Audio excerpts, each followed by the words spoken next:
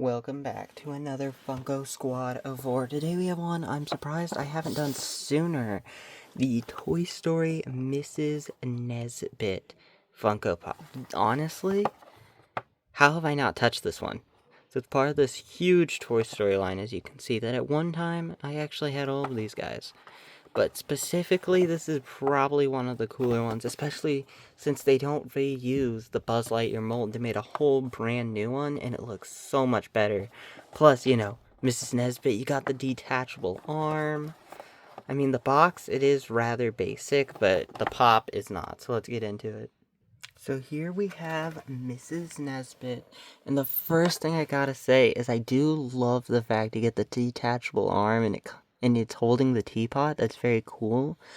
Unfortunately, you can't put it into him, and I don't like that because why would you put a little dot and everything and then not make that possible? That's my downside with that. Okay, so I love the Buzz Lightyear detail. We have a face now, we have this little hair thing, compared to the original, which doesn't have a mouth at all, which is kind of weird. Also, the eyebrows are printed differently instead of molded. They're just flat on there now, which is interesting. The helmet is this. I don't like having the line down the middle, but I will admit the helmet is really nice. The blue hair is great. Now, the Miss Nesbit parts of this are obviously, I think it's where they really knock this Funko Pop out of the water, because as you can see, he even has the finger up as he's drinking the tea. Look at that. Unfortunately, it's just white. I think we maybe get some tea in there would have been cool.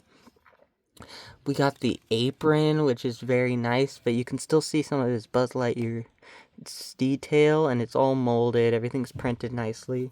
We're not having any of these rubbing paint issues that we have on some of the newer pops of today. Oh, right there. I bet that's just mine's a bad one, because that does suck, but I'd assume mine's just a bad one. As you can see, we got all the little egg joints here, and the head. It's a little harder to spin. It's a little more stiff, but it does spin a whole 360 degrees. Very nice. Overall, the Miss Nesbit is just such a fun pop, honestly. It's such an interesting one that they actually... I'm, shocked that they made this out of, all the different characters you could have picked. For at least the original line, because I know there's more lines, but the original line, they didn't even make Jessie. But they made Bullseye.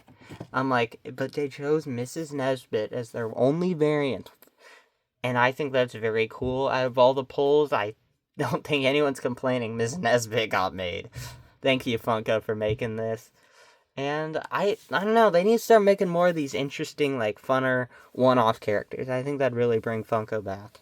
Anyways, there you guys have it, Mrs. Nesbit.